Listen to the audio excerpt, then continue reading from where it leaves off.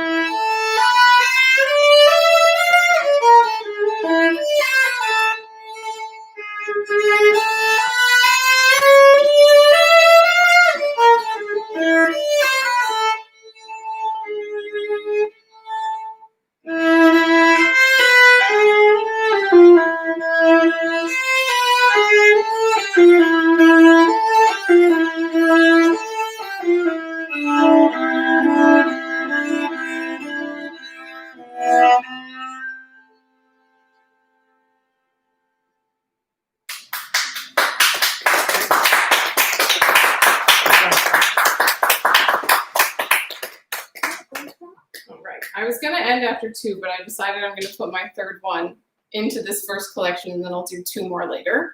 So this next one is jumping a bit further forward in terms of history, and it's also jumping to Russia. So we're going to the beginning of the 1900s, and I just couldn't help myself putting a Russian composer in here. Almost all of their pieces are my absolute favorites. And this is a composer called Vladimir Rebikov, and I'd actually never heard of him before I saw this piece. But he was hugely influenced by Tchaikovsky, who's one of my all-time heroes. The first time I ever cried while playing was playing Swan Lake, so I think I will forever be in love with Tchaikovsky. And this is dedicated to Jean, whoever Jean is. Nobody knows who Jean is, and it's a berceuse and a dance. And a berceuse is a French lullaby, so that's the first one. And then the dance is much faster afterwards.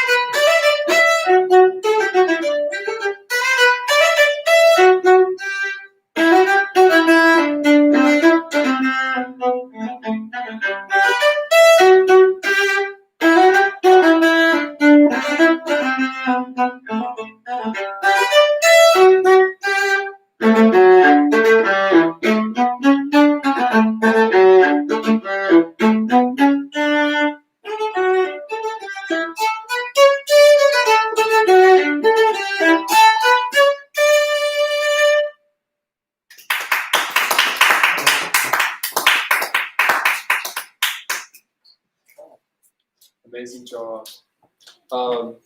So the piece that I'm going to play next, it's by Claude Debussy, and it's the first of his two arabesques, and it's a beautiful piece. I guess you could call it impressionist. It was sort of made around the turn of the 20th century, and it attempts to evoke certain moods and I guess impressions or like images and stuff through its different musical features. I think it's important to acknowledge the limitations of this type of music because it is an arabesque, so it's attempting to provide a portrait of some elements of culture from the Arab world, and it's important to acknowledge the limitations of that, with Debussy being himself a European. And so there, in these types of endeavors, there can be misunderstanding and stuff, but also we can remember this time as an important moment of contact between two different cultures and rebuilding relationships and stuff. And we can remember that as well as just simply appreciating the beauty of the piece. So here's the first of Debussy's two arabesques. Oh, and actually, I think I'm going to move the computer over here to see if that helps with the audio quality. So probably do something like that. Yeah.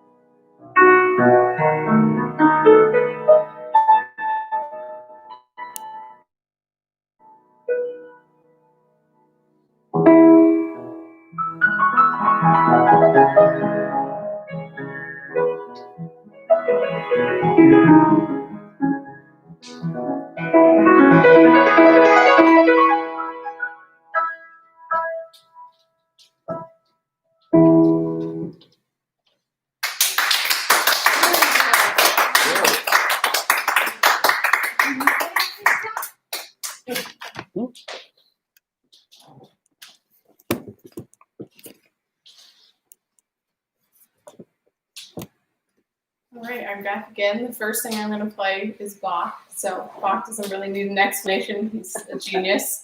I realize I'm going back in time to Bach, but you just can't not have Bach on a program. And then the second one, I'm actually going to read you part of the description. I actually contacted the composer of this piece.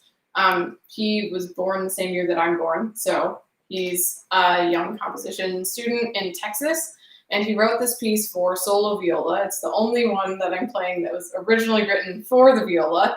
And he actually wrote it in April of this year as part of the pandemic. And it's called In Memory. But he leaves it up to whatever you interpret the memory to be of. He doesn't have a specific time or person that it's about. He just says that the viola is the voice that recalls and reflects on the past. So whatever you choose that to be, I have things that I've chosen that to be, and that's open for you to decide as well.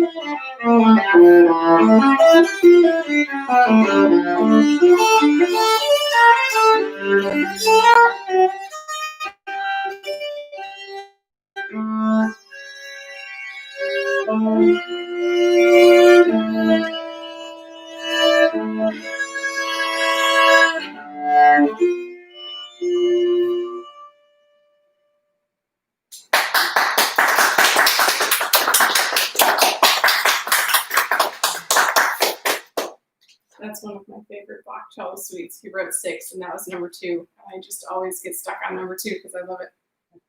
All right, and this is the in memory piece.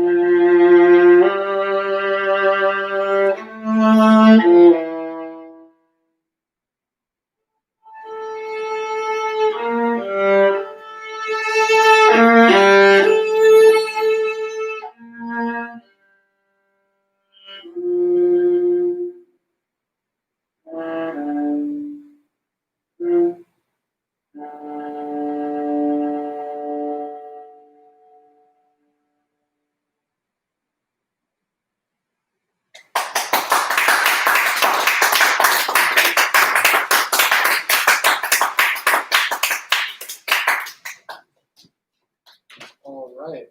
So amazing job once again. And the next piece I'm going to play, it's one by Scott Joplin, and it's called The Maple Leaf Rag. Yes, and it's a classic example of ragtime music, which has been instrumental in shaping American pop music. Particularly, one feature you might note is its beat. It's like 1 and 2 and, which would influence rock music and um, you know, influence the styles that would become pop music as we know it today. So, yeah. You know, move this over, do you? Oh yeah, I can do it. Yeah, okay. Careful.